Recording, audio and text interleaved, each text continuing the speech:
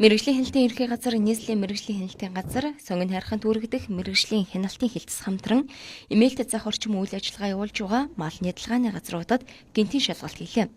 Эмээлт орчимд гар аргаар мал төхөрдөг 9 компани байдаг байна. Тэдгээрээ нэг нь Түмэнсүрэг мал нядалгааны газар юм а.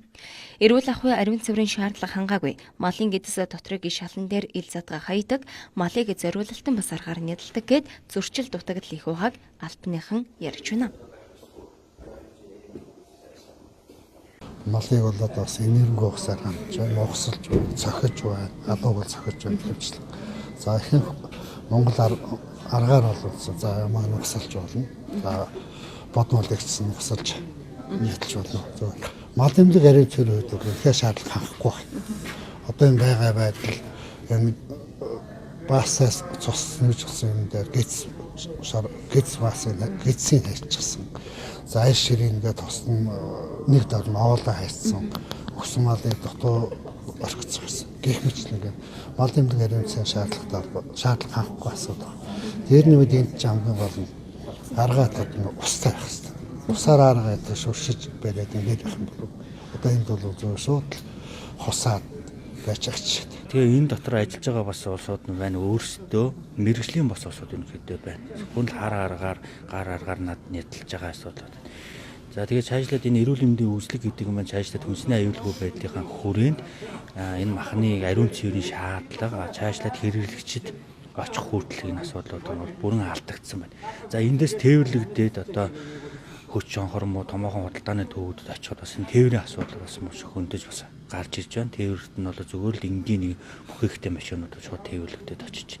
За мөн бидний бас яриад идэг одоо гуталтайгаа энэ махан дээр гიშгдэг асуудлууд бас ингээ яригдчих. Мэргэжлийн хяналтын байгууллагаас мал нядалгааны газруудад одоогоос 3 сарын өмнө хяналт шалгалт хийж зөрчил дутагдлыг арилгуулах шаардлага хүргэлсэн байна. Гэтэл өнөөдрийн байдлаар зөрчлөө арилгаагүй, наад захын шаардлагыг хангаагүй байгаа юм. Хэрэгжилтийн тодорхой хугацаа өгөөд хэрэгжилтэнд нь одоо ингээд гүйцэтгэлийн хяналт шалгалт хийж байна. Тэгэхэд бол одоо байгаа байдал нэмэрхүү албан шаардлагын хэрэгжилтийг биелүүлээгүй тохиолдол гарч байна. Одоо манай эмээлт орчинд явж байгаа тэр 8 үйлдвэр бол нийтдээ бүх Улаанбаатар хотын махны хэрэгцээг хангаж байгаа юм. Тэгэхэд бол Улаанбаатар хотын махны хэрэгцээг хангаж байгаа гэхэд ийм ариун цэврийн шаардлага хангахгүй ийм нөхцөлд үйл ажиллагаа явуулж байгаа юм. Хэдэн жил үйл ажиллагаа явуулж байгаа? 2 жил болж. Өнгөрсөн жил бас бид нэр мэргэжлийн хяналтынхантай яг энэ байдлаар ирэхэд ер нь бол нөхцөл байдал яг ийм л байсан байхгүй юу. Тэгээ тэрнээс хойш шаардлага хангаагүйгээд өнөөдөр хаана гэлтэж байна л да. Одоо усаа хааглаа туу. Нэмэл багсаагаар юм хийгээд байгаа юм. Ямар мал нядалж байгаа? Адуу байх шүү тий. Адуу байна. Бог мал юм Ямаа ирсэн байна тий. Ямаа ирсэн байна. Маха хаана нийлүүлнэ? Энэ эзлүүд нь л өөртөө аваа явдаг шин. Авчирсан хүмүүс нь Хийлгээд нядалуулаад аваа гэх юм. аваад явна шүү дээ. Өөрсдөө зах худалдааны төвүүдэд аваачих. Үгүй.